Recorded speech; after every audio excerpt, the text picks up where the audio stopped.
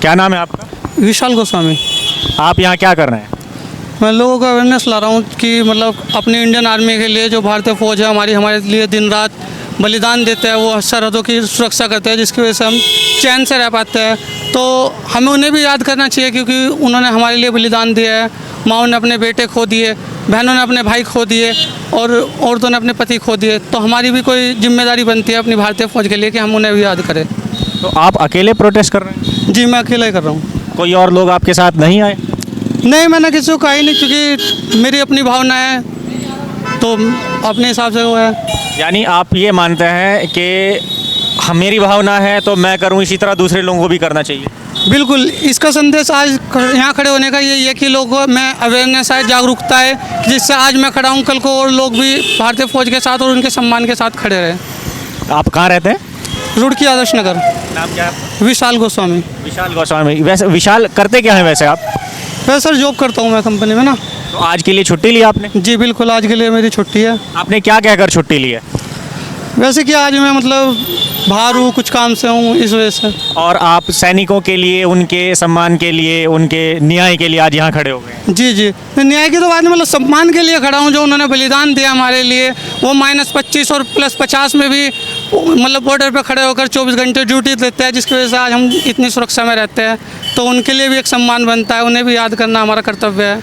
आज जहाँ युवा वैलेंटाइन डे में मस्त है, तो क्या आपको नहीं लगता कि आपको भी कुछ इस तरह से कोई किसी एक्टिविटी में होना चाहिए था, या कैसे? और आप यहाँ खड़े हो गए। वैलेंटाइन डे का दिन मनाया जाता है 14 फरवरी को, हालांकि ये हमारे देश का नहीं है, फिर भी लोग मनाते हैं। देश के युवा इसमें रहते हैं कि हम वैलेंटाइन डे में मना रहे हैं, ये कर रहे हैं। ये तो समाज की कुर्ती है सर, समाज को बिगाड़ने का काम है। वैलेंटाइन डे वगैरह कुछ नहीं, घरों की इज्जतें नीलाम हो जाती है इसके चक्कर में। मैं तो माँ बापों से कहता हूँ कि 14 तारीख को अपने बच्चों का ध्यान रखें, और भी ध्यान रखें क्या चल रहा है समाज में। वैलेंटाइन डे वगैरह कुछ नहीं है। माँ बाप के प्यार से बड़ा इस दुनिया में कोई प्यार नहीं है, कोई वैलेंटाइन डे नहीं है, कुछ नहीं होता। सबसे बड़ी चीज़ है माँ बाप का प्यार। ये 2-4 दिन के प्यार के चक्कर में, एक दिन का वैलेंटाइन डे के चक्कर में पता नहीं कितने घरों की इज्जत आज होटलों के कमरों में पड़ी है। मैं सीधी बात करता हूँ, क्योंकि इसलिए। चलिए, कोई एक ऐसा मैसेज जो आप देश को, देश के युवाओं को देना चाहते हैं? मैं देश के युवाओं को देना चाहता हूँ कि मतलब अपनी सही राह पर आए, इन चक्करों में ना पड़े, देश के प्रति समर्पित हो, अपनी जिम्मेदारियों को समझे और अपने कर्तव्यों का। क्योंकि देखो, खाना कमाना और खाने का और सोने का तो एक कुत्ता भी कर लेता है। हम इंसान हैं, हमने जन्म लिया है इंसान की उसमें, तो कम से कम हमारा कर्तव्य बनता है कुछ देश के प्रति, जिस देश में रह रहे हैं उसके प्रति हमें वफादारी निभानी चाहिए, उस देश के प्रति हमें समर्पित होना चाहिए। जो दिन रात हमारे लिए सेना मतलब सुरक्षा का काम कर रही है, बॉर्डर पे खड़े होकर, उनके लिए हमें समर्पित रहना चाहिए।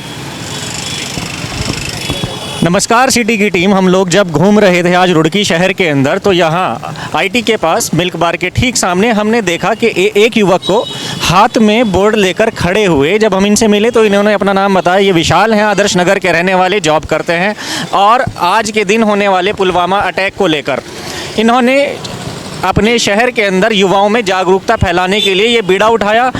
और ये यहाँ पर मौजूद हैं एक बोर्ड लेकर, जिस पर लिखा हुआ है पुलवामा अटैक ब्लैक डे 14 फरवरी। वैलेंटाइन डे मनाने वाले नौजवान ये मत भूल जाना कि 14 फरवरी को हमारे 40 वीर सपूत शहीद हुए थे।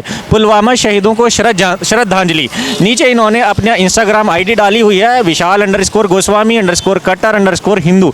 ये संदेश देना चाहते हैं आज के युवाओं को कि वो जो वैलेंटाइन डे में मस्त होकर अपने देश के शहीदों को भूल जाते हैं, तो इनका कहना है कि ये मेरी जिम्मेदारी है तो मैं कर रहा हूँ, इसी तरह से दूसरे नौजवानों को भी आगे आना चाहिए।